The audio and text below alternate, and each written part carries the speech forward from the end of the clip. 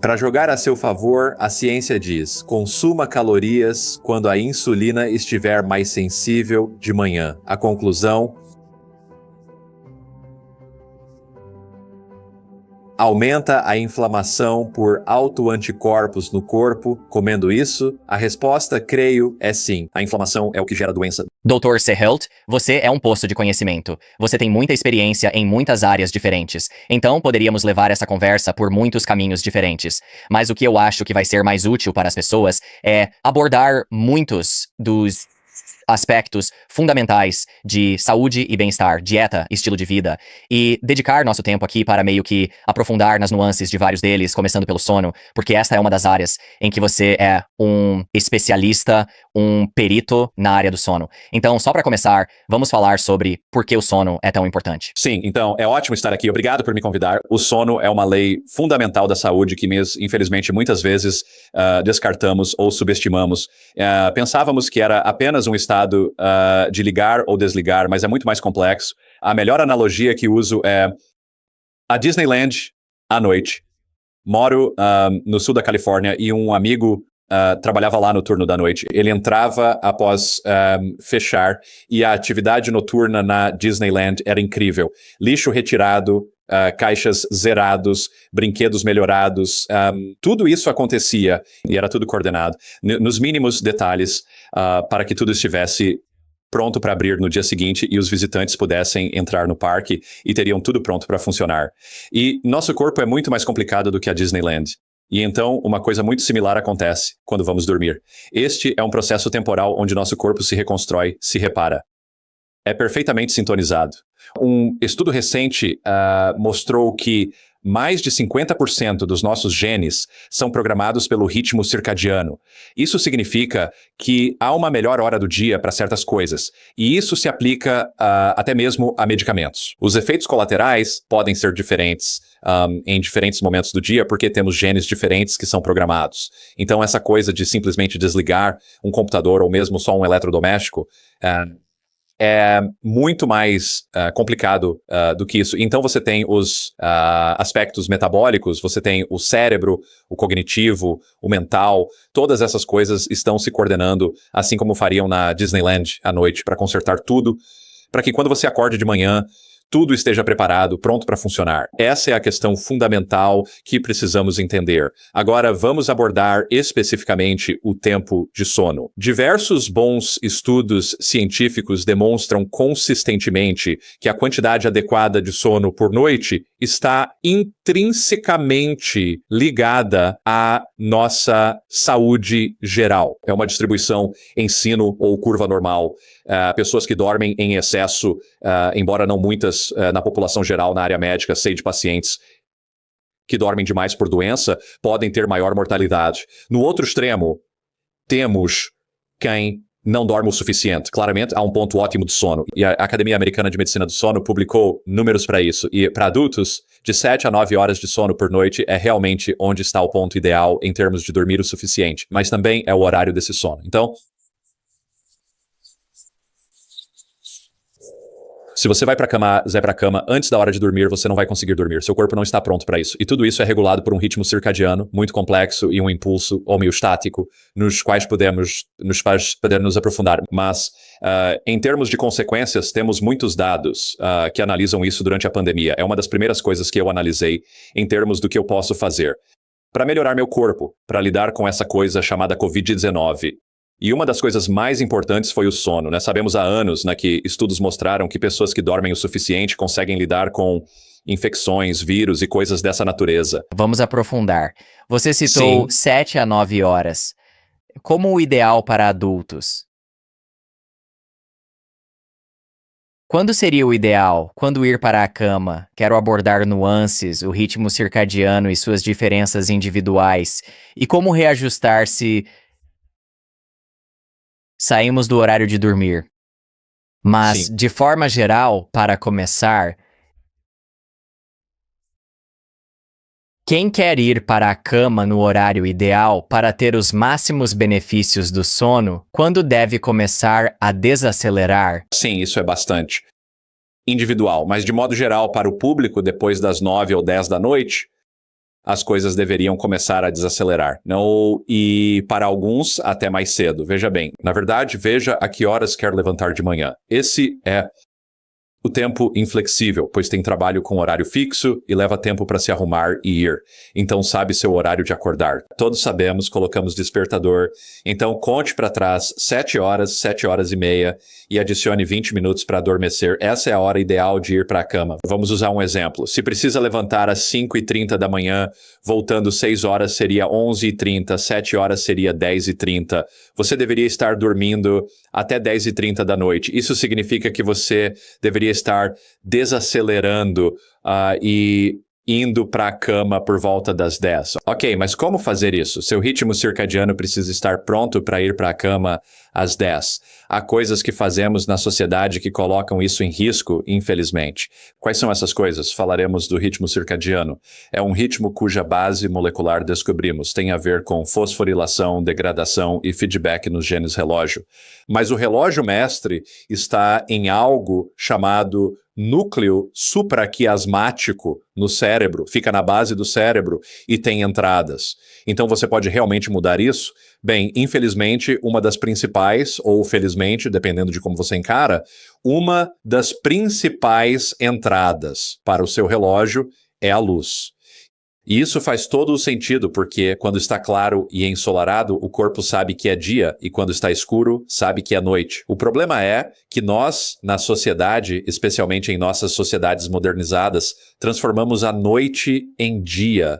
Fizemos isso por causa da eletricidade, fizemos isso por causa de olhar para o computador, olhar para smartphones, iPads, todas essas coisas basicamente fazem com que fótons de luz entrem em seus olhos. E isso estimula algo chamado célula ganglionar da retina intrinsecamente fotossensível na retina, no fundo do olho, que envia um sinal para o núcleo supraquiasmático. E diz a ele que ainda é dia, e então o núcleo supraquiasmático fica lá pensando, e estou antropomorfizando essa parte do cérebro, mas ainda é dia. Isso deve significar, eu pensei que era hora de dormir, mas estamos vendo luz, portanto devo estar muito adiantado, preciso me ajustar e dizer, vamos adiar um pouco as coisas, preciso atrasar o início do sono. E então é isso que acontece.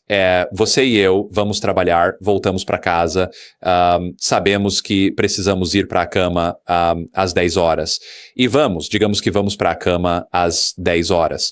Mas por que expusemos nossos olhos a tanta luz depois que o sol se pôs? Atrasamos nosso ritmo circadiano e não estamos prontos para dormir. E como resultado disso, ficamos na cama e nos preocupamos com nossa saúde. E então, o que fazemos é começar a ficar ansiosos e começamos a ficar confusos e irritados por não dormir, preocupados com a saúde.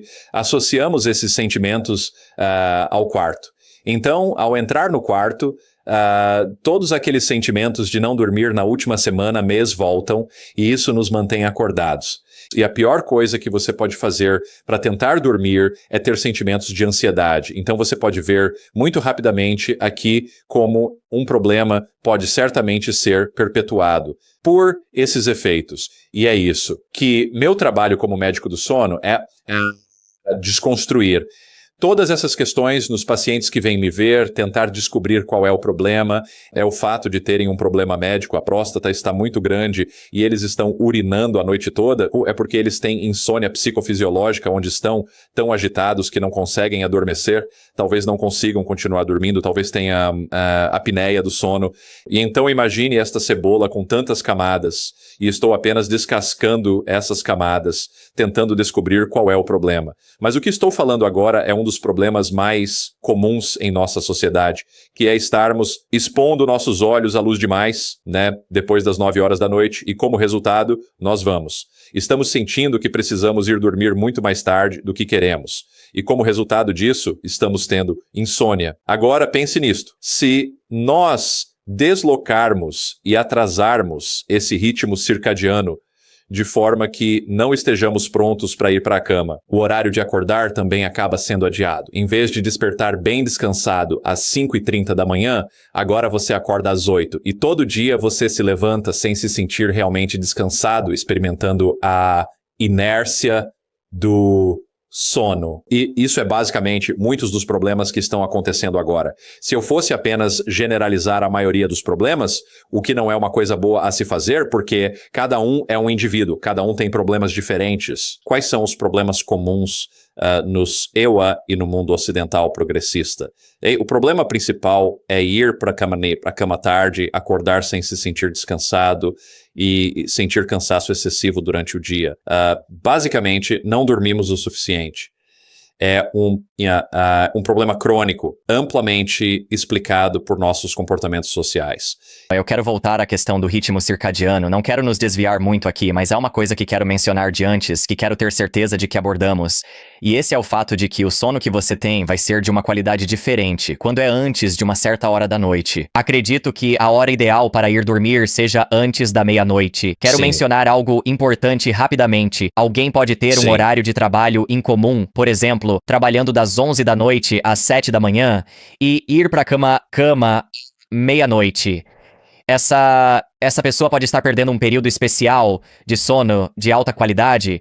Por favor, fale mais sobre isso. Sim, então se pegássemos o indivíduo que vivia numa ilha deserta, sem eletricidade, ele começaria a sentir que adormeceria logo depois que o sol se pusesse. Então ele adormeceria às 9 ou 10 e se levantaria às 6 horas, 5 ou 6 horas da manhã. Nessa situação, há enorme concentração do sono N3, também chamado sono de ondas lentas ou delta. Todos descrevem o mesmo tipo de sono. São ondas cerebrais de altíssima amplitude e muito longas. Ok, e isso ocorreria no paciente que descrevi antes da meia-noite. Agora, para quem tem o sono atrasado, indo para a cama às 11 em vez de 10 e adormecendo mais tarde, esse horário também é adiado. Talvez até 1 ou 2 da manhã, é uma clara situação de desalinhamento circadiano. A questão crucial é que o sono de ondas lentas que ocorre no início da noite, você perde se não for para a cama cedo o suficiente.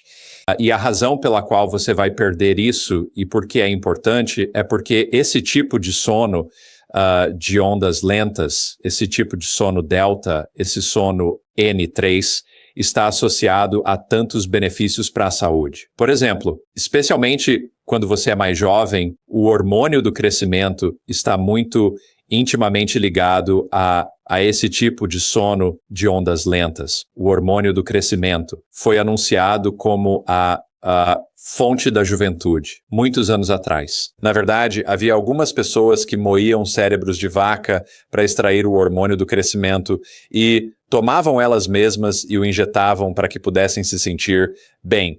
Isso é o que faz seus ossos crescerem. Isso é o que faz você se sentir jovem. É meio que a antítese da insulina. Não faz sentir bem mais jovem. Não é só isso que o sono de ondas lentas faz, aumenta o hormônio do crescimento e mentalmente. É fisicamente. Restaurador. Ajuda na memória, não tanto quanto o sono REM, mas no final da noite. Há 2 tipos de reorganização ao dormir, bem cronometrado. Não é só desligar. No início da noite, sono de ondas lentas, delta, N3 no início, sono REM no final, importante por outras razões. Este sono fisicamente restaurador é importante, certo? Concentrado no início. Se não dormir na hora, perde. Para alguém que tem um emprego onde trabalha das 11 da noite às 7 da manhã e não está em posição de fazer quaisquer mudanças quanto a isso, eles sabem que pelos próximos 20 anos será isso que farão. O corpo deles se acostuma a trabalhar nesse turno com o tempo ou está sempre trabalhando contra o bem-estar deles? Se continuarem nesse turno mesmo nos dias de folga, sim, o corpo se acostuma, mas ainda precisam do sono. Então vamos falar de alguém que... Por exemplo, eu trabalho na UTI. Meu turno começa às 7 da manhã, saio às 7 da noite. E é fácil levantar e ir trabalhar. Ao chegar em casa às 7, você relaxa. Às 8, você janta com sua família.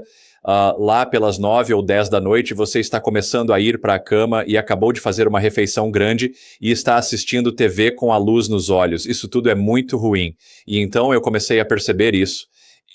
E o que comecei a fazer foi dizer, ok, não vou jantar quando chegar em casa depois do trabalho, vou almoçar bem e vou meio que fazer aquele jejum intermitente. Esse é um outro assunto que podemos conversar. E me certificando de ir para a cama cedo o suficiente. Prefiro levantar cedo de manhã e fazer esse tipo de coisa, para não ter problemas com minha saúde nesse sentido. No entanto, e as pessoas que chegam para me render quando estou saindo, né, do hospital, né, e aquelas pessoas que trabalham das 7 da noite e saem de manhã às 7 da manhã, então, número 1, se você vai ser um trabalhador do turno da noite e vai fazer das 7 da noite às 7 da manhã, você normalmente trabalha em turnos de 12 horas. Isso significa que você trabalha apenas cerca de 3 ou 4 dias por semana. Então a questão é, o que você faz nos outros 3 dias? Se você volta a viver como um animal diurno, se volta a viver como o resto da sociedade, seu corpo ficará extremamente confuso. Alguns dias da semana será noturno, outros dias da semana diurno ou durante o dia. E isso não é uma boa ideia. Minha recomendação, na verdade, a recomendação de muitos especialistas em sono é manter o mesmo horário, mesmo nos dias de folga. Mesmo sem trabalhar, levanta às 7 da noite ou fica acordado e vai para a cama às 7 da manhã. O que isso significa? Na prática, terá que cobrir janelas, garantir que, ao dormir no quarto durante o dia, esteja escuro. Então, papel alumínio nas janelas, luzes apagadas, ninguém incomoda e você levanta. Essencialmente, você vive do outro lado do planeta, mas aqui. Assim, mantém o ritmo circadiano.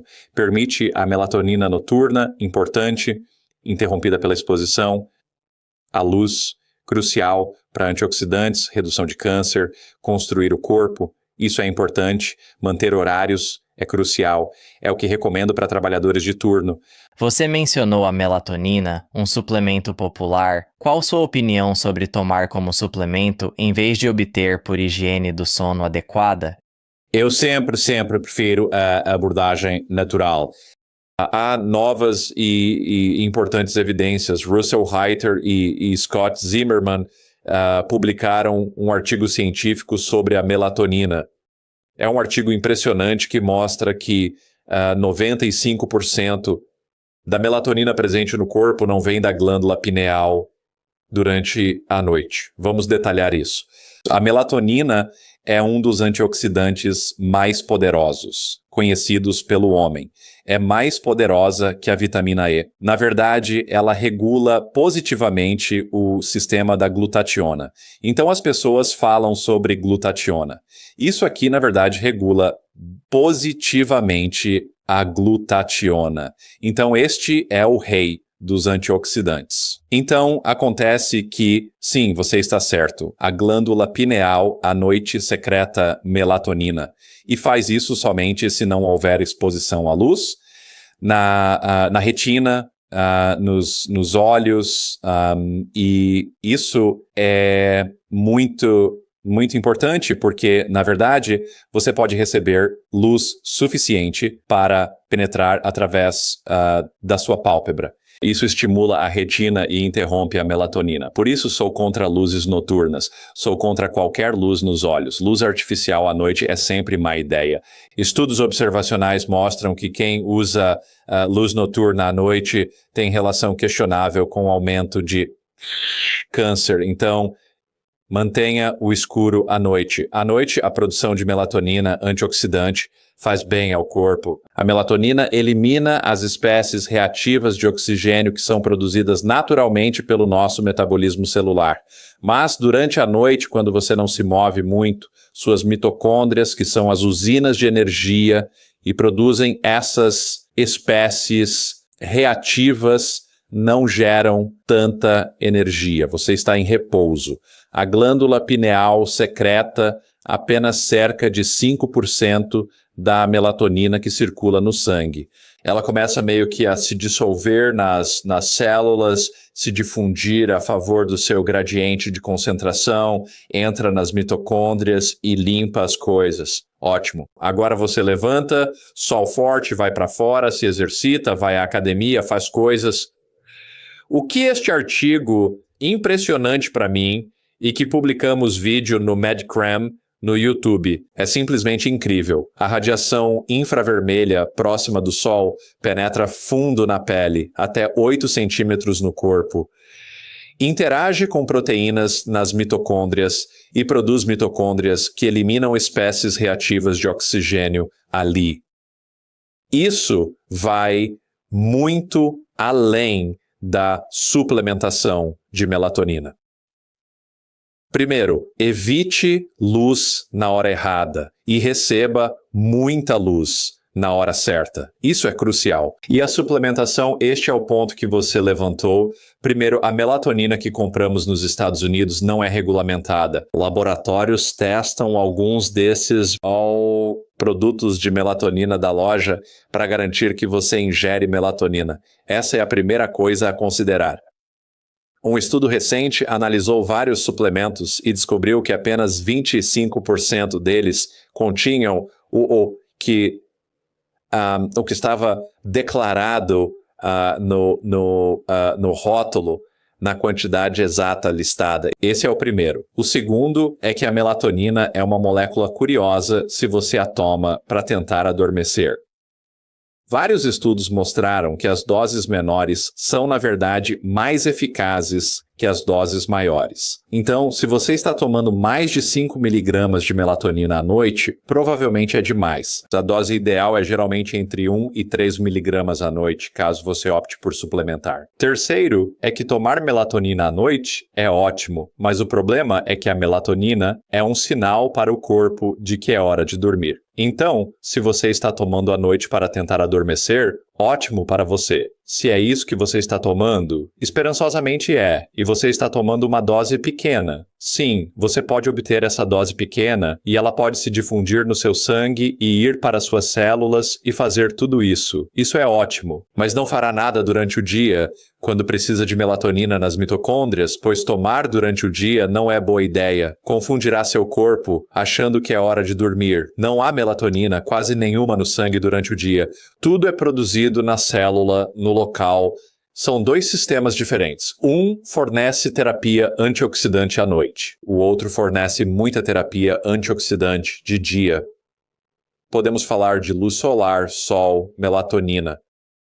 E como disfunção mitocondrial liga-se a doenças nos EUA, e quanto tempo passamos no sol agora, não fazemos tanto.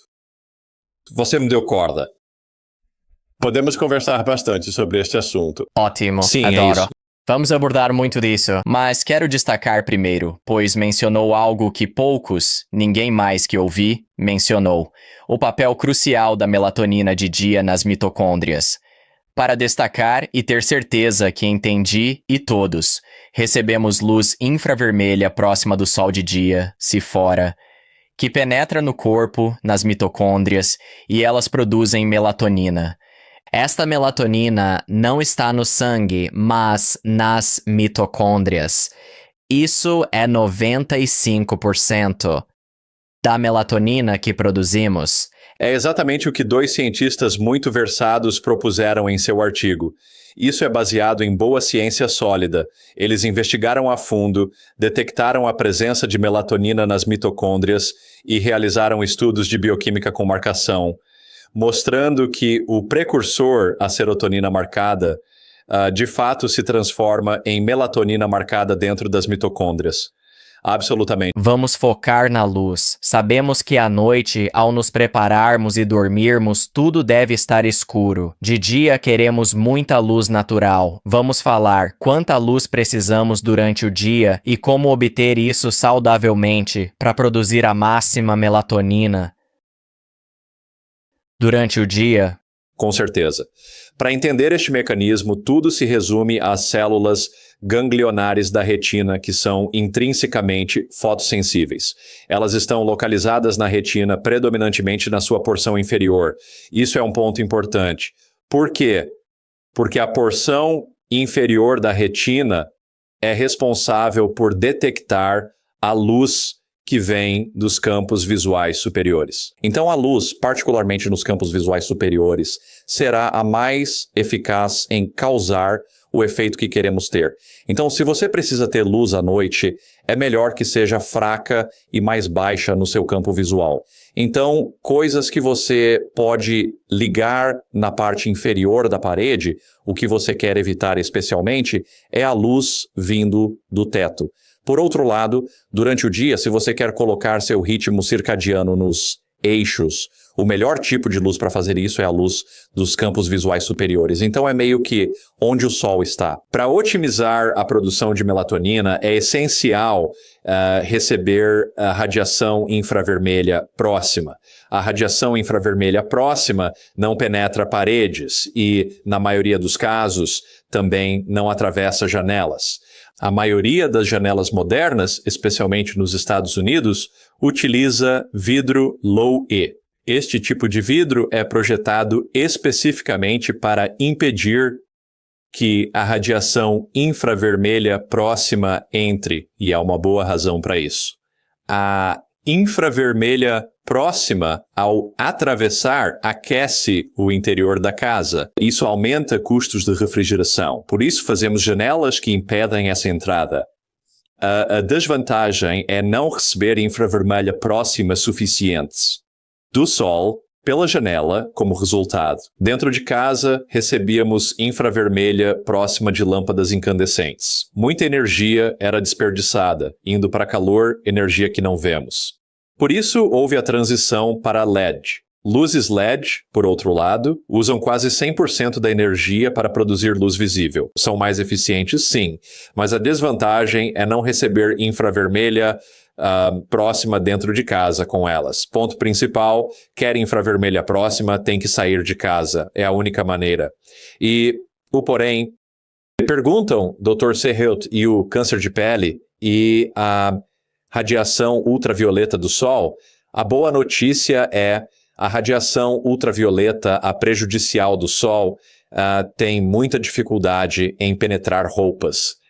É energia fraca, de alta frequência, que não atravessa bem as roupas, não atravessa chapéu nem mangas compridas. Boa notícia, infravermelha próxima. Protetor solar bloqueia UV, mas não infravermelha próxima. Preocupado com câncer de pele, melanoma ou danos. Vá para fora. Fique na sombra se quiser.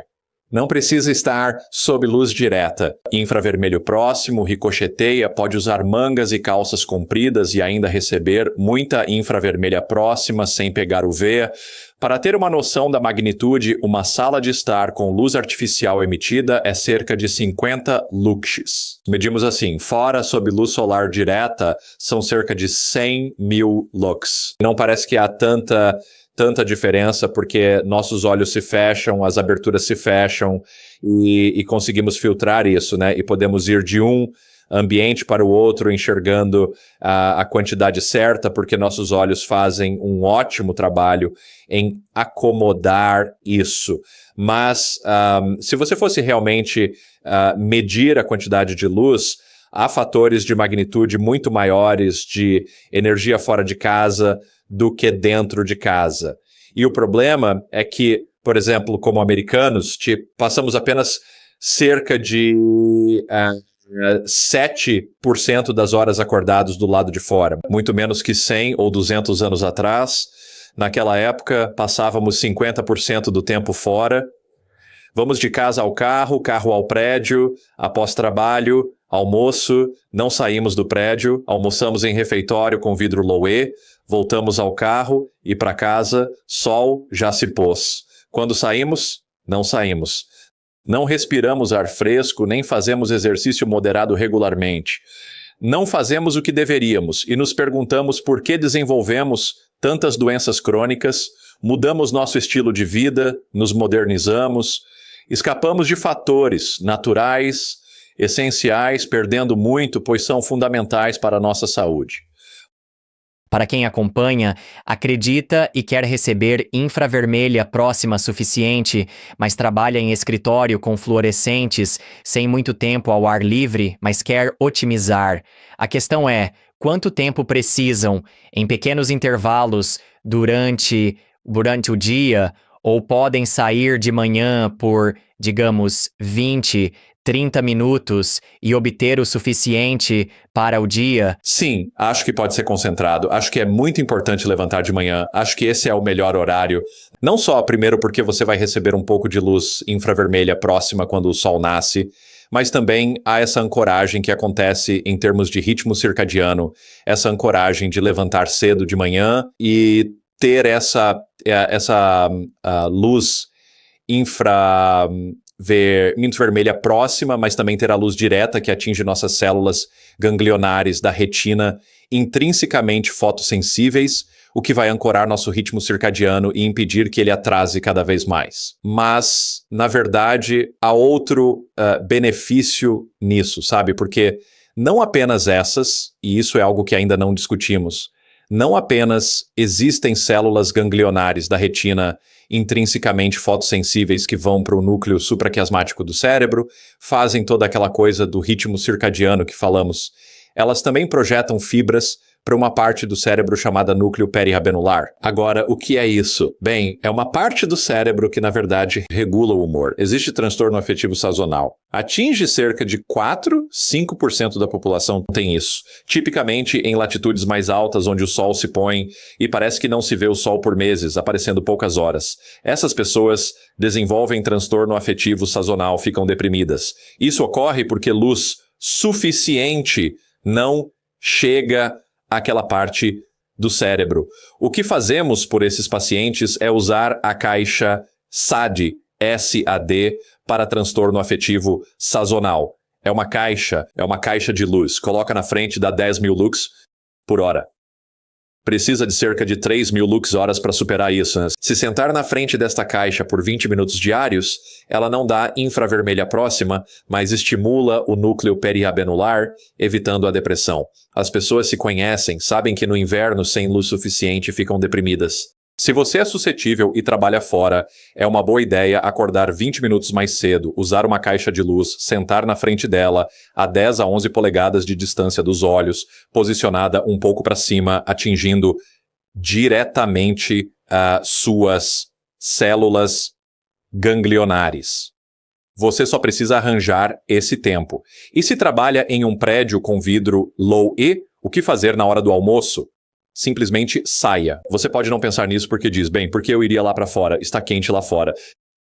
Está fresco aqui dentro. Estou no ar-condicionado. Tenho minhas cadeiras aqui. Não, você tem que decidir mentalmente que é hora de ir para fora e que você vai fazer isso porque sabe que é benéfico. Então nós saímos, aqui estão outras coisas que fazemos. O que fazemos ao exercitar? Sabemos que exercício é bom. Não fujo do assunto, só dou exemplo. O que fazemos? Vamos à academia. Com equipamentos, lugar fechado, sob fluorescentes. Temos que buscar abordagem mais abrangente para a saúde. O que você acha que seria, sabendo que ar fresco é benéfico, que em ambiente verde fitoncidas de árvores estimulam o sistema imunológico, que infravermelha próxima do sol beneficia mitocôndrias e que exercício é benéfico? O que seria melhor? Sair e jardinar no seu jardim por 20 minutos ou dirigir seu carro para tentar chegar a uma academia fechada, puxar ferro, e tentar sair e tentar pegar um pouco de sol? Não, tente condensar todas essas coisas juntas e fazer tudo ao mesmo tempo. Talvez haja realmente um benefício em fazer tudo ao mesmo tempo, eu não sei. Mas parece que temos que ser mais espertos no que estamos fazendo para tentar juntar todas essas coisas como um pacote completo. Sim, é o que me parece ser o mais lógico. Sabemos que você gosta de sair para almoçar e pegar sol, mas como alguém que conhece a ciência e pratica este modo de vida consciente da luz que entra e bloqueia, pode nos mostrar o que faria de manhã ou à noite para se proteger à noite e começar o dia recebendo suficiente da luz saudável? Você fez alguma modificação em casa, como trocar lâmpadas ou usar luminária de leitura? Quais coisas práticas seriam úteis? Então, eu não sabia disso até recentemente. Claro, quando me mudei para minha casa e tinha todas aquelas lâmpadas incandescentes e eu queria diminuir minha conta de luz, troquei todas por LEDs, claro, e você só precisa perceber que não vai conseguir o que precisa. Dentro de casa, então, o que eu faria se quisesse maximizar isso? Conhecendo os estudos, é isso que eu faria. Um estudo mostrou algo chamado simulação do amanhecer. Simulação do amanhecer é uma caixa ou lâmpada para casa. Você a programa para acender cerca de 1 hora antes de acordar. A luz no quarto aumenta gradualmente de intensidade até um ponto em que está na intensidade máxima ao acordar de manhã. Simula dormir ao ar livre com o sol nascendo. Quem fez isso teve menos inércia do sono, levantando mais fácil e se sentindo melhor. A cognição também melhorou. Então, é algo que ainda não fiz, mas definitivamente faria. Então, a recomendação é: vá para fora, pegue sua bebida da manhã, seu café da manhã, e em vez de comer dentro de casa, abra as janelas ou vá para um local onde o vidro não bloqueie o sol. Vá para o pátio, exponha-se diretamente à luz forte. Depois disso, vá trabalhar. Se o sol ainda não nasceu antes de você sair, use a caixa de luz SAD de 10.000 lux por um tempo. Vá para o trabalho. Tome um bom café da manhã. O ritmo circadiano diz que seu corpo é mais sensível à insulina de manhã do que à noite. É o melhor momento para consumir calorias. Depois, trabalhe na manhã e tenha sua pausa para o almoço. Tente sair. Leve um bom almoço saudável. Lembre-se do ditado: café da manhã como rei, almoço como príncipe. Saia, talvez aproveite para se exercitar um pouco, caminhe depois de comer. Você termina o trabalho por volta da 1 ou 2 da tarde, chega em casa para jantar às 5 ou 6. A inclinação natural é relaxar, pôr o trabalho em dia, assistir TV, usar redes sociais, conectar com amigos no Facebook ou outras plataformas. Isso é ótimo, mas não depois das 8 ou 9 da noite. Outro aspecto de incorporar nutrição e ritmo circadiano é talvez fazer só 2 refeições e diminuir ou comer algo leve à noite. Por que digo isso? Porque ao dormir, em termos de ritmo circadiano, seu corpo faz reparos, a menos que você esteja no estado alimentado. Se janta tarde, o metabolismo do seu corpo não entra no modo de reparo porque você acabou de comer. E então, se a última vez que você comeu foi às 2 da tarde e você vai para a cama, seu corpo já está pronto para entrar no modo de reparo. É como se a Disneylândia tivesse acabado de fechar e todo mundo estivesse pronto para entrar e cuidar do parque, em vez da Disneylândia fechar e a equipe só conseguir entrar lá à meia-noite ou 1 da manhã.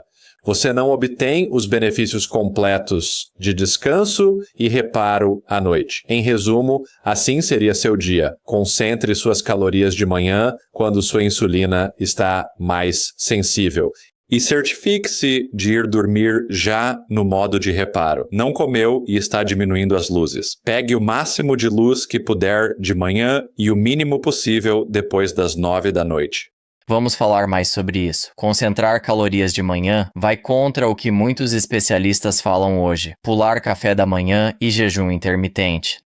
No jejum intermitente, não é regra pular café da manhã. Pode tomar café e, como falou, encerrar a última refeição mais cedo.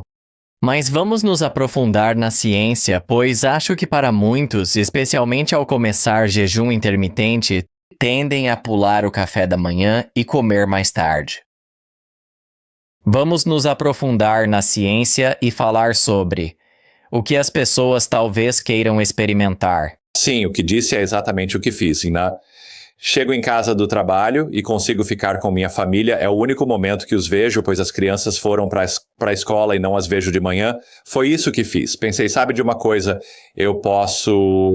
Vou pular o café da manhã. E apesar de todas as coisas que eu vi no passado, as histórias e os ditados populares que você deve tomar café da manhã como um rei, almoçar como um príncipe e jantar como um plebeu. Não. Então vamos simplesmente eliminar o café da manhã e almoçar bem e depois jantar bem e pronto. Bem, eu fiz isso por um tempo. E não que o jejum intermitente seja só sobre perder peso, porque na verdade é muito mais complicado que isso. Você está, na verdade, buscando decompor as coisas e reconstruir as coisas. E obviamente quando você decompõe e reconstrói, vai ter o mesmo peso. Mas havia um aspecto que eu gostaria de ver alguma perda de peso também, porque acho que seria bom. Nenhuma perda de peso, absolutamente nada, nenhuma diferença. Continuei exatamente o mesmo, fazendo exatamente isso. Então comecei a pesquisar isso um pouco mais. Houve um estudo feito com diabéticos na China. E o que eles fizeram foi permitiram que comessem a quantidade e o tipo de alimento que quisessem. Não houve restrição calórica ou de escolha alimentar. A única mudança foi o horário. Em vez de comer às 8 da manhã no café, meio-dia no almoço, e 6 da tarde no jantar, eles mudaram os horários para 8 da manhã, 10 ou 11 da manhã para o almoço e 2 ou 3 da tarde para o jantar. Essencialmente, no estudo, eles concentraram todas as refeições na porção inicial do dia. É isso que estou dizendo. Ok. Concentraram refeições no início do dia. E nesse estudo, houve uma redução de 20% na hemoglobina A1C. E isso lança luz sobre se isso realmente funciona em termos de insulina e ritmo circadiano. Sim, o corpo é mais sensível à insulina de manhã, é o ritmo circadiano. Para aproveitar, por que você viajaria na hora do rush? Você quer viajar quando não há trânsito. Se tem que consumir calorias, por que não quando sua insulina está mais sensível, precisando de menos? Secreção de insulina é o problema. Em termos de crescimento, para jogar a seu favor, a ciência diz: consuma calorias quando a insulina estiver mais sensível de manhã. Segunda coisa, houve outro estudo que foi feito novamente onde fizeram a mesma coisa. Eles restringiram suas calorias para amanhã. E isso tem muito a ver com o ritmo circadiano novamente. Nós podemos decidir, ei, quero fazer isso aqui, quero fazer aquilo ali, ei, quero ir ao 7-Eleven às 10 da noite e tomar um Slurpee. Nós meio que sabemos que isso provavelmente não é saudável. Eu estive no restaurante Denny's. Não estou falando mal deles, mas se você for lá, verá claramente no cardápio as opções: café da manhã, almoço, jantar e, notavelmente, lanches da madrugada. Sim, esses lanches da madrugada é o que a sociedade faz.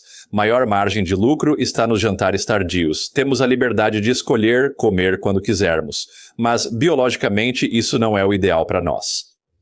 No segundo estudo que mencionei, comprimiram o horário das refeições para a porção mais cedo do dia, como no estudo chinês. O fator neurotrófico derivado do cérebro aumentou, os genes do ritmo circadiano melhoraram, as sirtuínas aumentaram. Podemos falar sobre sirtuínas. Sirtuínas são aqueles grupos de genes que foram de fato ligados à longevidade.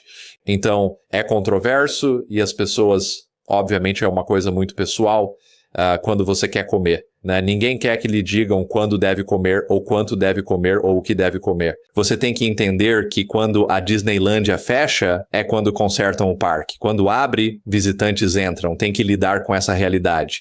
A realidade é que mais de 50% dos genes no corpo são sincronizados com o ritmo circadiano. Não é só escolher quando comer ou jejuar noite e manhã, mas perceber que há consequências para essas decisões em relação ao ritmo circadiano.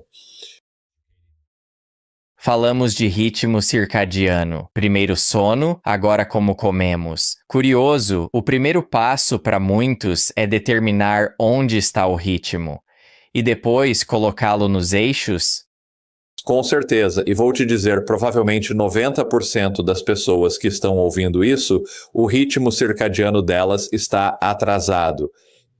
O que significa que, em vez de adormecerem às 10 horas, elas estão adormecendo à meia-noite. Ou, em vez de acordarem de manhã revigoradas às 6 da manhã, elas acordam no fim de semana e dormiriam até às 9 ou 10.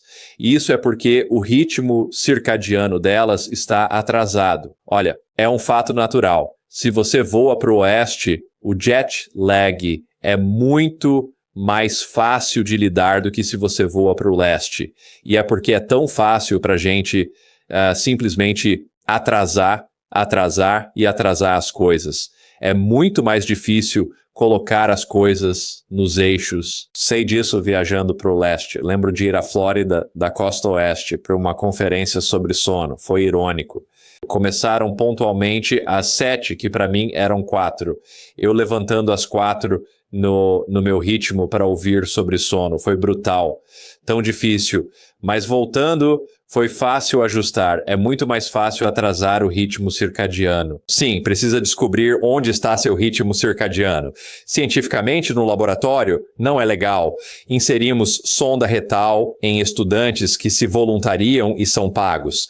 Descobrimos seu ritmo circadiano pela temperatura que é circadiana. Quando sua temperatura atinge o ponto mais baixo, geralmente é umas 4 da manhã, mas se a sua baixa é às 7, bem, claramente você está 3 horas atrasado no seu ritmo. Há um aspecto de idade nisso. Adolescentes tendem a estar bem atrasados. Ficam acordados e vão dormir à 1 da manhã. Se você os deixa dormir, eles dormem até às 10. Aí tem a vovó que às 8 diz, vou pra cama. Mas ela está de pé às 4 da manhã. E é o que a gente vê. Existe essa progressão natural com a idade. Mas para nós adultos, deveríamos ir para a cama por volta das 10 horas e ter nossa quantidade total de sonos. Se você sente que é atrasado ou adiantado, há como ajustar para onde precisa estar, como mencionamos, para adiantar seu ritmo circadiano. São exposição à luz da manhã e evitar luz à noite. Se está atrasado, vai para a cama muito tarde, não se sente cansado até bem tarde, à noite ou de madrugada. E você geralmente dormiria até às 10 da manhã. Isto é o que você precisa fazer. Número 1, você precisa levantar talvez 1 ou 2 horas antes do que normalmente levantaria, sair e expor seus olhos à luz. Essa é a coisa número 1 que você deve fazer. E então, número 2, você precisa evitar luz cerca de 2 a 3 horas antes de normalmente adormecer. O que isso vai fazer é dizer ao seu ritmo circadiano: é hora de adiantar, e conforme você começa a adiantar, vai levar talvez cerca de 1 hora por dia, talvez menos. Pode levar 1 semana ou 2 para realmente voltar para onde você precisa estar e você finalmente vai conseguir dormir. O problema mais raro que a gente vê é quando as pessoas vão para a cama muito cedo. Elas estão adormecendo, se sentindo cansadas às 8, 9 horas da noite e estão acordando às 3 da manhã, estão muito adiantadas, o ritmo circadiano delas está adiantado demais. Então faríamos o oposto. Evitar luz de manhã e expor os olhos à luz forte à noite para atrasar o ritmo circadiano de volta ao normal. Você está absolutamente certo. Precisamos descobrir o ritmo, ajustá-lo e ancorá-lo firmemente. Ao levantar descansado pela manhã, saia, pegue luz forte. Isso adianta o ritmo um pouco, pois sabemos que à noite, chegando do trabalho, será difícil evitar toda a luz. Vamos encarar. Se viu um mapa dos EUA ou do mundo à noite, há luz por toda parte. Não podemos evitar. O único jeito é mudar para o interior e cortar a eletricidade, mas é irrealista com as demandas de hoje. Ao trabalhar com quem tem dificuldade para dormir, diria que o mais comum é o ritmo circadiano desregulado ou não obedecem ao ritmo natural do corpo, forçando os limites do sono? Então, eu diria que o que dá início a isso é um ritmo circadiano desregulado por causa de toda essa visualização de luz à noite. Mas o verdadeiro problema que se enraiza, então, o que acabamos de falar sobre ritmo circadiano é um fator precipitante. Eles podem ter tido uma morte na família, ou um casamento, ou a perda de um emprego, ou um novo emprego que lhes causou estresse, ou o ritmo circadiano desregulado, e isso está fazendo com que não consigam dormir à noite. Existe um estressor, acontece sempre. Pacientes chegam e dizem, doutor, desde que X aconteceu 5 anos atrás, não durmo. Então o que aconteceu foi que houve um fator precipitante que os impediu de dormir. Ei, isso é normal. Quando coisas ruins nos acontecem, ou coisas boas e não conseguimos dormir, isso é algo que normalmente acontece e normalmente passa. Não há motivo para se chatear com isso. Isso é normal, acontece com todo mundo. O problema acontece, no entanto, quando você institui fatores perpetuadores. Então, o que seria um fator perpetuador? Um fator perpetuador seria algo como não durmo há 1 semana. Preciso ir para a cama cedo, não faz bem para a saúde, estou preocupado com minha saúde. E aí mesmo isso é um problema. Preocupado, você definitivamente não vai dormir. Preciso ir para a cama mais cedo. É isso que preciso fazer. Garantir que estou dormindo o suficiente. O que acontece quando vão para a cama 1 hora mais cedo? Se vão para a cama 1 hora antes, não estão prontos para dormir. O ritmo não está pronto. Ficam na cama, olhando para o teto, sem dormir. Isso aumenta a ansiedade. E como dissemos, associa o quarto a essa situação. Vejo isso sempre. Pacientes vêm e dizem, doutor, não durmo. Estou na cozinha, sala de TV, qualquer cômodo, menos o quarto, e me sinto sonolento, pronto para dormir. Mas assim que entro naquele quarto, fico totalmente acordado. Não consigo adormecer e não sei o que fazer. E este é exatamente o problema. Então, eles estão se sentindo sonolentos, estão prontos para ir para a cama. E assim que entram naquele quarto, aquele mesmo cômodo da casa com o qual eles vêm lutando toda noite da sua existência nos últimos 3 anos para tentar dormir, todos aqueles sentimentos subconscientes voltam para eles. E agora eles não conseguem adormecer. Então temos que desconstruir isso. Temos que dizer, só quero que você vá dormir quando estiver cansado. E agora não quero. E se você for para o seu quarto e não conseguir adormecer, não quero que você fique no seu quarto. Quero que você saia do seu quarto e vá para outra parte da casa até se sentir sonolento novamente e então volte. Quero que você associe esse quarto apenas ao sucesso. E assim, ao entrar naquele quarto, seu corpo sabe que terá sucesso e adormecerá. Então, isso é apenas higiene básica do sono. Outra coisa, certifique-se de não fazer mais nada naquele quarto. Então você não está trabalhando lá, não está lendo, não está assistindo televisão. Todas essas coisas diluem aquele estímulo subconsciente para o seu cérebro de que é hora de dormir porque você entra no quarto. Bem, é hora de dormir, mas eu também posso estar trabalhando. Eu também posso estar lendo um livro, eu também posso estar sei lá o quê. Eu quero que sejam apenas 2 coisas que você faz naquele quarto. E se não dormir, a outra coisa também não é má. É o que almejamos ao discutir estratégias e técnicas com pacientes com dificuldades para dormir. Imagino que muitos presos nesse ciclo de não dormir bem, sentindo a pressão de precisar dormir, acabam recorrendo à cafeína logo pela manhã. Sim. Voltando à necessidade de dormir, seria mais álcool à noite para tentar ajudar a pegar no sono, e sem uma boa noite de sono, recorrem à cafeína pela manhã para conseguir sair da inércia. Se dependerem demais disso, afeta o sono da noite seguinte. Consigo ver como isso se torna cíclico, uma coisa levando a outra, e então vindo te procurar e dizendo, doutor, tá uma bagunça, me ajude. Sim, o álcool à noite é muito usado como auxílio. É ótimo para adormecer inicialmente, mas não para manter o sono. Sua ação é tão curta que em poucas horas o corpo entra em abstinência e você já está acordado novamente. Álcool é uma péssima forma de fazer isso.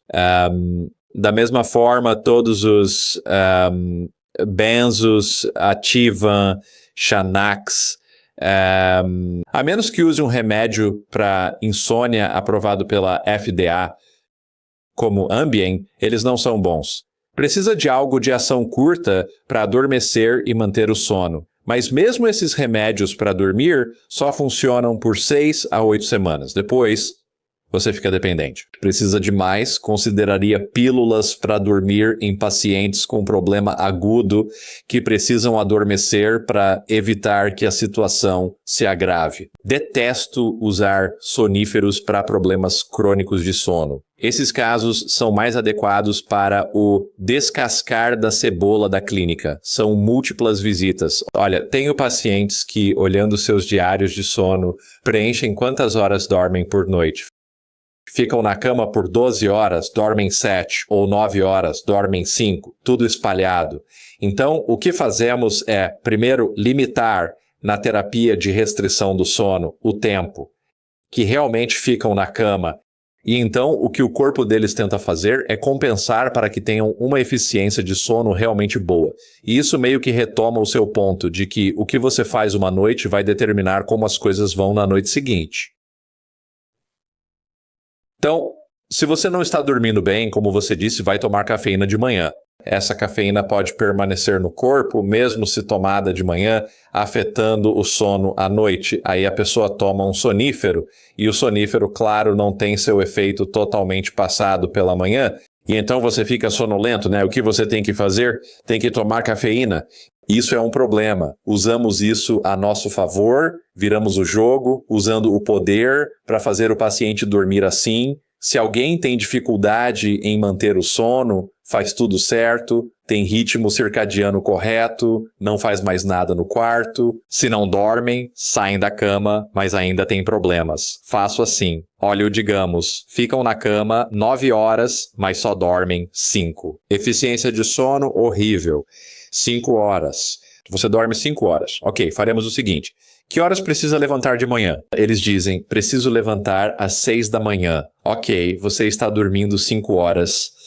Você está levantando às 6 da manhã. Só permito ir para a cama à 1 da manhã e a pessoa tem que tentar conseguir as 5 horas de sono necessárias da 1 às 6. O que você acha que acontece? Elas vão conseguir dormir às 5 horas? De jeito nenhum, é muito difícil. Sim, de jeito nenhum, certo. E então, o que acontece? No dia seguinte, estão mortos de cansaço. Exaustos e se sentindo horríveis, pensam, por que procurei esse médico? Ele não sabe o que diz. Estou pior. E estão certos, estão piores. Mas o corpo vai pegar esse cansaço, essa sonolência e usar isso. Eu estou usando isso como uma força para quando eles voltarem na noite seguinte, de madrugada, à 1 da manhã.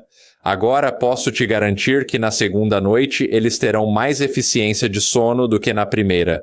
E se não tiverem, vou usar essa energia para a terceira noite para conseguir ainda mais. Quando os vejo 2 semanas depois, em vez de 50%, tenha 5 horas de sono entre 1 e 6 da manhã.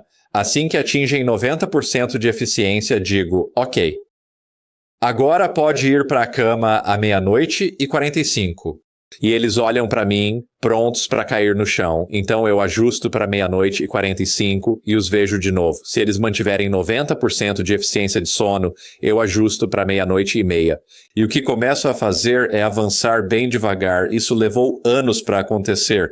Vai levar anos para desfazer. Começo a recuar o horário lentamente. O que acontece é, aqui está o ponto-chave que não quero que perca. Eles estão tão preocupadas com aquela coisa de 1 hora da manhã que elas nem pensam mais no fato de não conseguirem dormir. Elas agora têm confiança de que quando vão para a cama a 1 hora estão tão exaustas que não há ansiedade alguma sobre adormecerem. E então, o que eu acabei de fazer foi desconstruir anos e anos de fatores perpetuadores que as impedem de conseguir dormir. Agora, essa técnica, terapia de restrição do sono, não é para todos e deve ser feita com cuidado e supervisão. Por quê? Porque você piora um pouco por um tempo. Então, se você é caminhoneiro, se você é operador de reator nuclear, não é o tipo de coisa que eu faria levianamente nesse tipo de paciente. Então, tem que ser feito com muito, muito cuidado. E não se pode restringir para menos de 4 horas e meia. Já fiz isso em em pacientes é técnica conhecida. Começamos e, ao reduzir a restrição, eles mantêm a eficiência do sono, dormem mais e ganham confiança que conseguem dormir. Adormecer, 1, e permanecer dormindo, 2. E então é uma ótima maneira de fazer as pessoas voltarem a dormir. Vamos mudar para a apneia do sono. Quão comum é esse problema hoje? Sim, é outro tópico. A apneia do sono é quando as pessoas não respiram enquanto dormem. Olhando as estatísticas, quem para de respirar mais de 5 vezes por hora e tem sonolência diurna excessiva são cerca de 4% dos homens e 2% das mulheres. É muita gente, considerando 300 milhões nos... O que é isso? 9 milhões. 9 milhões de pessoas com apneia do sono, talvez mais. Depende. Então, é bem frequente. Então, se alguém vem a mim e tem problemas para adormecer à noite, mas mais importante, se tem problemas para acordar no meio da noite e está ofegante ou tendo um ataque de pânico, ou acorda de manhã com dor de cabeça, não se sente descansado, todos esses são sintomas de apneia obstrutiva do sono, bem clássicos. As mulheres normalmente relatam sintomas de sono não tão clássicos. Então, elas relatariam, talvez, dores no corpo, ou fibromialgia, ou distúrbios de humor. E ninguém jamais pensaria que isso está relacionado, de forma alguma, à apneia do sono, mas... Na verdade, trata-se a apneia do sono e os sintomas geralmente melhoram. Mas o que exatamente é a apneia do sono? É quando seu cérebro adormece. E, infelizmente, porque seu cérebro adormece, os músculos do seu pescoço adormecem e sabemos que, à medida que envelhecemos, as coisas se tornam mais flácidas. As coisas não ficam tão firmes, as coisas não são tão tensas. Em vez de uma via aérea aberta que permite a transmissão de ar aos pulmões, ela tende a colapsar, pode até fechar completamente. Os pulmões tentam inspirar, mas com a via aérea fechada, seja pela língua para trás ou colapso, você simplesmente não recebe oxigênio suficiente. Seu nível de oxigênio começa a cair. E quando o nível de oxigênio começa a cair, a parte inferior do seu cérebro, que está sempre meio que acordada e monitorando a situação, basicamente, para todos os efeitos, pega uma vassoura e bate no teto, né, para alertar a parte de cima do cérebro, dizendo: ei, acorda, temos um problema. Então, seu cérebro, que deveria estar tendo um bom sono e sono regenerador, acorda, envia todos esses sinais para todo lado, diz: o que está acontecendo? O oxigênio está muito baixo. O que aconteceu aqui? Envia sinais do sistema nervoso simpático. Sua pressão arterial sobe, sua frequência cardíaca aumenta, sua respiração acelera. Seu cérebro desperta do sono, claro, sua via aérea finalmente se abre, o ar começa a entrar novamente, o nível de oxigênio começa a subir e o downdir de novo, né? E a parte inferior do seu cérebro fica satisfeita, né? A parte superior do cérebro volta a dormir e a via aérea começa a colapsar novamente. E 1 minuto depois, a mesma coisa acontece. Então, isso está acontecendo regularmente enquanto o paciente está dormindo. E assim, em vez de ter uma noite de sono reparador, onde ele entra em sono de ondas lentas, onde ele entra em sono REM e ele obtém regeneração do seu cérebro. Ele não consegue nada disso. Ele tem que enfrentar uma provação à noite, a frequência cardíaca acelerando, a respiração acelerando. E então, quando ele se levanta de manhã, em vez de se sentir descansado e pronto para encarar o dia, ele se sente exausto. E a qualquer momento que ele potencialmente tenha, seja num semáforo ou em sua mesa, ele começa a adormecer porque está tentando recuperar aquele sono que nunca teve. Isso continua dia após dia. Nos perguntamos por que quem tem apneia tem risco aumentado de derrame, ataque cardíaco, cardiomiopatia, etc. O tratamento é, primeiro, identificar, descobrir o que acontece e impedir a via aérea de fechar à noite. Esse é o ponto fundamental de como fazemos. Isso tem sido um desafio para você, e acredito que usa CPAP agora para ajudar a respirar. Sim. Eu era especialista em sono muito antes de eu mesmo ter a apneia do sono. Meus pais têm apneia do sono. É genético, então não tem nada tem a ver com peso. Mas pessoas magras também podem ter apneia, pois tem a ver com a boca e queixo, a anatomia ali. Usa um aparelho CPAP. Basicamente é como pneu furado. Se esta é sua via aérea e não entra ar, basta encher o pneu com pressão para mantê-lo aberto durante a respiração. E é exatamente isso que o CPAP automático faz. Ele ajusta a pressão conforme necessário e é silencioso. E eu levo esse aparelho CPAP aonde quer que eu vá, porque sei como vou me sentir se não usá-lo. Então essa é apenas uma forma de tratar a apneia do sono. É provavelmente a mais estudada. É provavelmente a mais eficaz, tem mais dados que a embasam. Mas qualquer coisa que você possa fazer para manter essa via aérea aberta. Então, se a língua cair para trás, mover a língua para frente, seja com um dispositivo intraoral ou com um estimulador do nervo hipoglosso que eles podem implantar. Essa é outra forma de fazer isso, algo que estão fazendo hoje em dia. Há muitas formas de tratar a apneia do sono. Quais suas opiniões sobre tampar a boca com fita quando se trata de apneia do sono ou para dormir melhor? Então, tampar a boca com fita sempre me deixa nervoso por ser intensivista. Essa é sua via aérea. Fechar sua via aérea com fita não é boa ideia para não conseguir respirar. Por isso existem duas, uma rota de fuga. Se uma não funciona, use a outra. A apneia do sono é melhor que a apneia completa, onde você não respira. Acho que o propósito é que, com a boca fechada, a língua não caia para trás. Se a ideia principal é manter a boca fechada, prefiro muito mais que usem uma faixa de queixo para fechar assim do que colocar fita adesiva sobre a boca. Simplesmente parece andar na corda bamba sem rede. Não queremos cair na rede de segurança, mas preferimos cair na rede de segurança do que cair no chão. E é assim que eu vejo o ato de tampar a boca, eu diria. Algum outro disruptor ao qual devemos estar atentos? Nós aprofundamos na luz e em como queremos ser protetores e utilizá-la durante o dia. Que outras coisas? Como a temperatura do quarto, até mesmo certas posições de dormir. O que mais podemos dar para ajudar? Algumas dicas fáceis para aplicar já hoje à noite? Sim, então manter o quarto fresco é definitivamente apropriado. As pessoas tendem a dormir melhor quando o quarto está um pouco mais fresco. Sabemos disso por estudos, manter o quarto silencioso. Nem sempre se pode fazer isso, embora você provavelmente se acostume. Onde eu morava, havia um trem que passava e realmente buzinava com força. E na primeira noite que me mudei para lá, pensei que tinha sido um erro ter comprado a casa. Mas, de fato, depois de cerca de um ano, me acostumei e não ouvia mais. Acho que não ouvia conscientemente o barulho. Então, ter um quarto silencioso é importante. Temperatura mais fresca é importante. Posição de dormir é individual. Para muitos, de barriga para cima é confortável, mas não o melhor para a apneia. E já falamos por que acontece, porque a língua pode cair. Algumas pessoas não conseguem desligar. A mente delas está constantemente pensando no que precisam fazer no dia seguinte. E acho que para algumas pessoas é tipo, tenho que lembrar disso, senão, se eu esquecer, vou ter um problema. Uma das soluções que acho útil para muitas pessoas é ter um bloco de notas ao lado da cama. Então, se você tem algo que o preocupa ou em que está pensando, anotar nesse bloco é uma forma de dar permissão à sua mente para dizer, ok, posso parar de pensar nisso. O bloco está bem ali. Não vou esquecer. Vamos dormir um pouco. Dá ao corpo uma permissão para liberar isso. Já falamos de higiene do sono.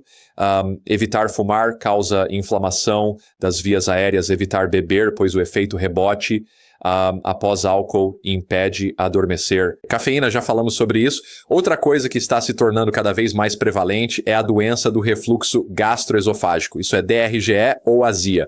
Outra razão para não comer nada nas 3 horas antes de dormir, com o estômago vazio, há menos refluxo. O refluxo causa muitos problemas de sono. Acordado. Com refluxo, o esôfago empurra o conteúdo de volta ao estômago. Isso é algo que acontece quando você está acordado, quando você está dormindo, no entanto, e o conteúdo reflui para o seu esôfago, o esôfago não se move, ele fica lá. E então é realmente importante que o estômago, eu acredito, esteja o mais vazio possível antes de você se deitar à noite. E isso também significa evitar coisas que abrem o esfíncter que mantém o esôfago fechado para o estômago. Coisas como comidas apimentadas, álcool novamente, tabaco, hortelã-pimenta, cafeína, coisas dessa natureza. Então, há um amplo espectro de coisas. Outro problema à noite é a respiração. A insuficiência cardíaca congestiva, deitadas retas, causa problema real. Elevar a cabeceira da cama pode ajudar. Asmáticos, às vezes, têm sintomas noturnos, especialmente quando há refluxo associado.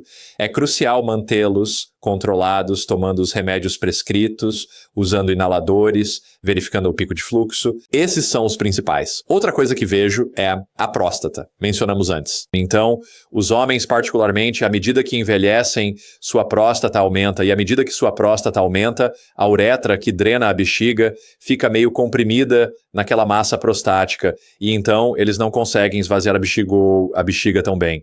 E é um problema real. Precisam ir ao banheiro 3 a 4 vezes por noite, não ajuda no sono. Uma coisa que ajuda nessa situação, além de ver o urologista e garantir que a próstata esteja saudável e esvazie a bexiga. Mas vou te dizer, se eu ganhasse uma moeda por cada vez que um paciente com apneia do sono me dissesse que se levantava 3 a 4 vezes por noite e nós tratamos a apneia do sono, e a quantidade de vezes que iam ao banheiro à noite caiu drasticamente, eu te digo, eu estaria milionário. Há algo sobre a apneia do sono que causa níveis elevados de cortisol, que fazem com que a quantidade de produção de urina à noite aumente, de modo que eles precisam ir muito ao banheiro. Eles notarão que durante o dia não vão tanto ao banheiro.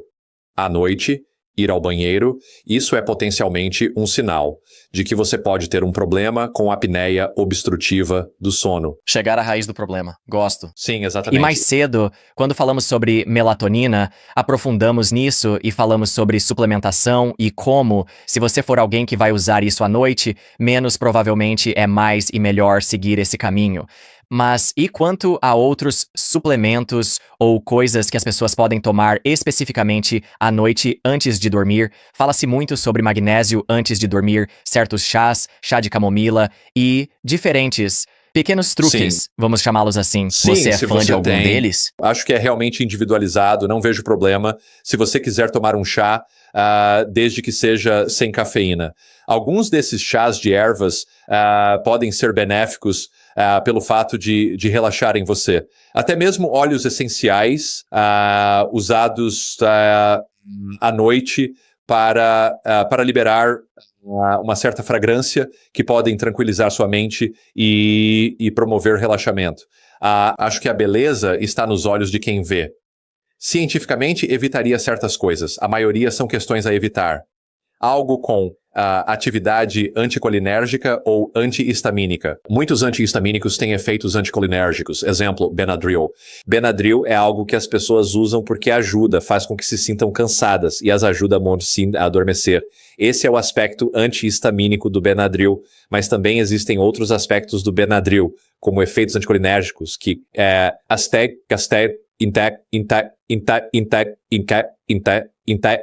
usados por muito tempo, podem causar problemas de cognição. Estudos associam anticolinérgicos à demência, Alzheimer.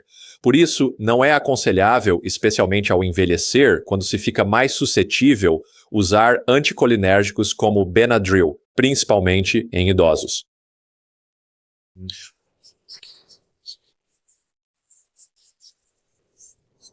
Recomendaria sobre isso. Acho que as coisas holísticas, né, os chás de ervas, alguns óleos essenciais podem ser benéficos para certas pessoas, elas sentem um alívio. Se isso funciona para você, pode continuar usando. Mas muitos remédios de venda livre na farmácia, auxiliares de sono, funcionam por serem anticolinérgicos ou antihistamínicos, e não acho boa ideia. Entendi. Mais cedo mencionamos jejum intermitente. Nosso tempo está acabando, mas gostaria de abordar a questão da dieta. Sim. Sei que você tem uma preferência por uma dieta baseada em plantas. Fiquei curioso, quando e por que você fez essa mudança? Sim, lembro de ir para a faculdade na Califórnia, onde estava estudando química e biologia. Eu comia Carl's Jr. todo dia no almoço. Era muito bom e era o que tinha disponível e era bom. Mas quando me formei e fui para a faculdade de medicina e comecei a aprender e a ficar um pouco mais em sintonia com a saúde, comecei a perceber que havia tantos benefícios em tem que ter uma dieta baseada em plantas, né? Agora, obviamente, esta é uma área de controvérsia. Pessoas amam comida, é pessoal. Para mim, essa foi a decisão, a mudança. Analisei pesquisas ao longo dos anos, crescendo em Loma Linda, uma zona azul. Analisei as pesquisas de lá. Poderíamos falar sobre vários estudos. Você pode realizar estudos observacionais grandes, estudos epidemiológicos com muito poder estatístico. O que realmente falta, e é difícil de obter, é o ensaio clínico randomizado controlado ideal para dietas, pois é praticamente impossível controlar rigorosamente o que as pessoas comem a longo prazo. Pode-se conseguir que sigam uma dieta específica por um período curto, talvez semanas ou poucos meses, mas não por muitos anos, e certamente não em populações muito grandes. Então, esses são os dois tipos de estudos que você vê em dieta e nutrição. Grandes estudos epidemiológicos, observacionais, que por natureza não falam de causalidade, pois precisa de ensaio clínico randomizado controlado. Há ensaios controlados, mas menores, e não incluem todos os fatores. Tem que olhar ambos. Não vai haver um estudo perfeito. Dito isso, há um estudo que eu sempre cito, que é o estudo de saúde adventista, que foi feito aqui localmente em Loma Linda, onde eles analisaram. As pessoas frequentemente confundem o termo adventista, né, pensando que todos os participantes do estudo eram vegetarianos. Na verdade, a grande maioria deles não era vegetariana. A maioria era onívora, comia carne. Mas o propósito e a razão de ser marcante é porque aqui havia um grupo muito particular de pessoas no sul da Califórnia, na maior parte. Todos tinham valores semelhantes. Concordavam que saúde era importante. Nenhum fumava ou bebia. A diferença era a dieta. Havia veganos, ovo-lacto-vegetarianos, pescetarianos e também pessoas que simplesmente comiam carne, como carne bovina, cordeiro, frango, etc. Foi uma maneira de eliminar fatores de confusão em grandes estudos epidemiológicos, como aquele primeiro que recrutou pessoas de lojas de produtos naturais. Eles disseram: os vegetarianos são mais saudáveis. Mas eles olharam para pessoas que já queriam ser saudáveis e por isso eram vegetarianas. Como saber se não é porque elas queriam ser saudáveis, não fumavam, etc? Era um argumento válido. No estudo de saúde adventista é mais difícil dizer isso, porque o grupo era bastante homogêneo, apenas com padrões alimentares diferentes entre si. E então o que descobriram foi bem óbvio. Em termos de IMC, hipertensão, ajustada pelo IMC, ajustada pelo socioeconômico. Fatores de confusão ajustados, IMC mais alto nos onívoros. Diminuiu para pescetarianos, depois para vegetarianos, e o mais baixo foram os veganos. Sabemos que existem veganos que não são saudáveis. Eles podem sair para beber cerveja, comer batata frita e barras de chocolate açucaradas. Não é saudável.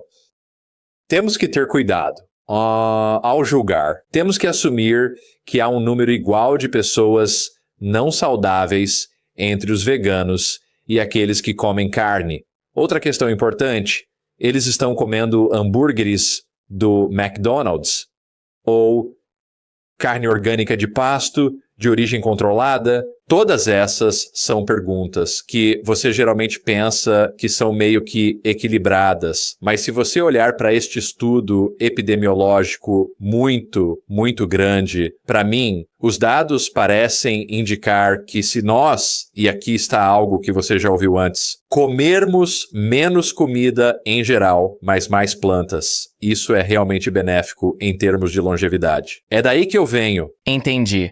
Como é o seu dia alimentar típico? Qual é a sua janela de alimentação? Sim, então deixe-me apenas dissipar qualquer coisa aqui de que estou pregando ou fazendo o que prego, porque é muito difícil fazer isso. Então, o que eu tento fazer é tomar um café da manhã reforçado, tento almoçar uma porção média e depois jantar pouco ou nada. Agora, às vezes aparecem pessoas tipo, ei, vamos jantar. Temos evento social, tipo, ok, eu vou jantar normal como todo mundo, tento fazer isso, mas então, como é meu café da manhã?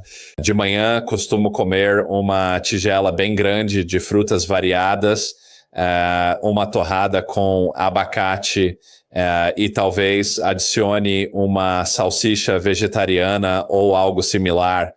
Geralmente algum tipo de substituto de carne vegetal. Isso é um talvez.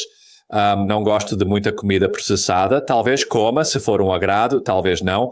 Mas o que é sempre igual é uma tigela de frutas e geralmente é melancia, mirtilos, amoras ou morangos. Então, muitos polifenóis, muitos antioxidantes logo de manhã e quem se importa? É tudo açúcar, mas é tudo, complexo com fibras. Será liberado lentamente no momento do dia em que você tem a maior sensibilidade à insulina. É o melhor momento para consumir, para ingerir esses polifenóis. Depois tomo um copo de suco de limão e meus suplementos. É quando tomo suplementos de manhã. Quais são? Vitamina D, 5.000 unidades internacionais diárias. No inverno, posso tomar NAC 600 miligramas 2 vezes ao dia. Estudo recente mostrou que a gripe foi menos grave com NAC. Também tomo vitamina B1, que é bom, e um multivitamínico comum. É assim o café da manhã. No almoço, posso comer arroz e um bom chile. Posso comer um pouco de proteína e uma bebida e talvez algumas azeitonas. Minha esposa gosta de pôr no meu almoço azeitonas, talvez picles, algo do nosso jardim. E então, a hora do jantar geralmente é bem leve. Tento que seja o mais leve possível, por causa das coisas que conversamos antes. Então, é tipicamente assim o meu dia. Obviamente isso varia, mas em geral, qual é a sua janela de alimentação? Que horas você começa a comer e que horas encerra? Então, geralmente, quando estou na UTI, tem que ser tipo entre 6h15 e 6h30 para o café, pois chego na UTI às 7. Almoço geralmente no início da tarde e, idealmente, espero que essa seja a última refeição substancial do dia. Se por acaso eu comer algo mais tarde em casa, talvez, enquanto converso com as crianças, posso beliscar alguns amendoins por volta das 5 ou 6 da tarde. Minha meta principal depois das 6 é o limite, sem mais comida, nada depois disso. Pode beber água a qualquer dia, o dia todo. Mas em termos de calorias, é aí que eu corto calorias depois das 6. E quanto a queijo, laticínios na sua dieta, você é vegano ou eles são incorporados aqui e ali? Não. Então queijo, infelizmente, passa pelos meus lábios ocasionalmente. Provavelmente não é uma coisa boa para comer quando estou fora de casa. Geralmente não escolho consumir laticínios. Mas se, por exemplo, tem pizza disponível, peço uma versão com pouco queijo. É importante lembrar que o queijo exige um pH muito baixo no estômago para quebrar suas proteínas de forma eficaz. São construídas de forma que não quebram eficazmente, a menos que o estômago baixe muito o pH. Dá muito trabalho, gasta energia e estresse no estômago para digerir queijo. Ciente disso, é diferente de outros laticínios. Não bebo leite de vaca, uso Silk ou outro leite vegetal. Sei que o iogurte, por exemplo, tem muitos benefícios à saúde, não como muito iogurte, né? E acho que parte é essa ciência. Recentemente, não sei se conhece a ciência sobre ácidos ciálicos e inflamação de baixo grau associada. Falamos disso no MedCram, sobre carne e laticínios, né, que há antígenos. Independentemente de pasto, orgânicos ou o que faz, são intrínsecos no produto de animal não humano.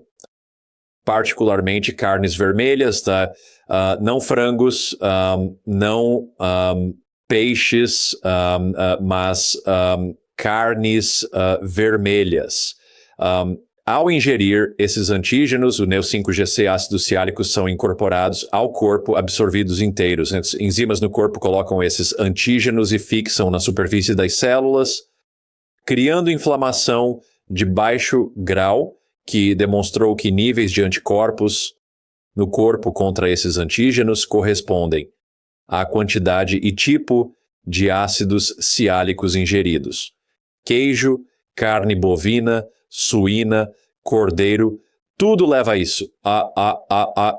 I'm sure. O estudo mostrou sem dúvida que níveis de anticorpos são determinados por isso. Então, a conclusão aumenta inflamação, autoanticorpo no corpo ao comer isso? Resposta, acredito, é sim. Inflamação gera doença.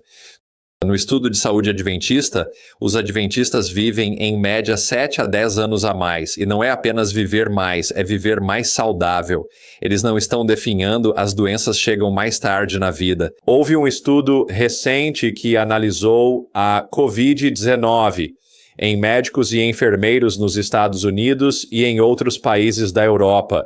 E eles encontraram um fator de risco naqueles que tinham uma dieta pobre em carboidratos e rica em proteínas. Então, Paleo, Atkins, como você quiser chamar. Essa dieta pobre em carboidratos, rica em proteínas, teve 4 vezes mais risco de Covid-19 grave naquele estudo, comparada a uma dieta baseada em plantas. Se você já tem inflamação de baixo grau e adiciona isso, pode ser o suficiente.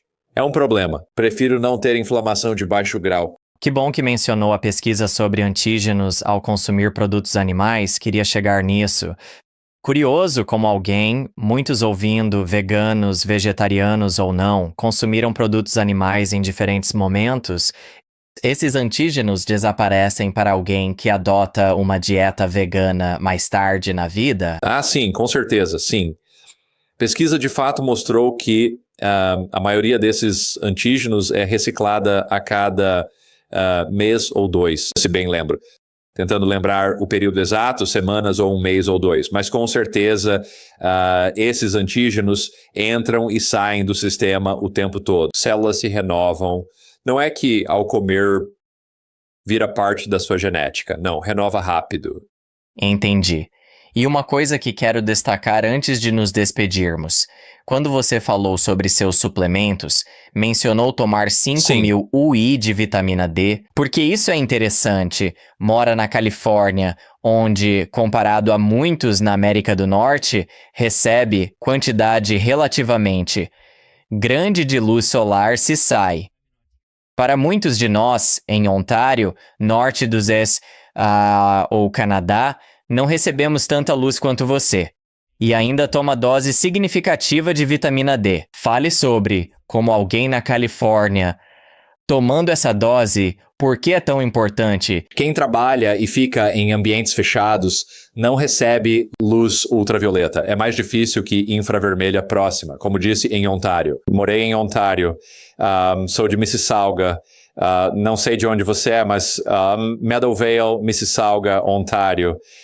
Mudei em 83. Eu vivi 40 anos no sul da Califórnia, um lugar com muito sol, mas mesmo lá passamos muito tempo dentro de casa, sem exposição aos raios UV, não produzimos vitamina D. A base para minhas 5.000 unidades internacionais foi verificar meus próprios níveis, o que encorajo todos a fazer. Verifiquem seus níveis. Se estiverem baixos, e baixo é um ponto interessante, pois o laboratório diz que abaixo de 20 ou 30 é baixo, mas olhando os dados, acho que deveria estar mais perto de 40 ou 50. E então, se você está abaixo de 40 ou 50, que era o meu caso, eu começo a tomar suplementos e tento aumentar isso e depois verifico novamente para ter certeza de que está atingindo o seu objetivo. Eu acharia um erro dizer que só porque você está tomando um suplemento não precisa sair ao sol. Como já falamos aqui, existem outros benefícios na exposição ao sol, além da vitamina D. Mas sim, é algo gritante. Nosso estilo de vida ocidental é muito diferente. Passamos a maior parte do tempo dentro de casa, longe do sol. E acho que essa é a causa de muitos dos nossos problemas. Aposto que há coisas na luz solar que nem entenderemos em vida, então melhor ir à fonte. Mas, importante destacamos que você ainda suplementa como alguém que passa muito tempo fechado pelo trabalho. E, Dr. Tsehelt, gostei mesmo muito desta conversa, cobrimos muita coisa, entramos em detalhes, analisamos muitos tópicos novos. Gostei, obrigado. Muito obrigado, foi ótimo participar. Certo, colocaremos os links nas notas do episódio, nas redes sociais, no site. Espero que possamos fazer isso de novo. Muito obrigado. Agora que terminou minha conversa com o Dr. Sehelt, clique aqui e veja meu papo com Diane Macedo. Há mais sobre sono e ela é especialista. Te vejo lá. Passei por um período difícil tentando aperfeiçoar minha rotina de sono. Chegava em casa e não usava telas.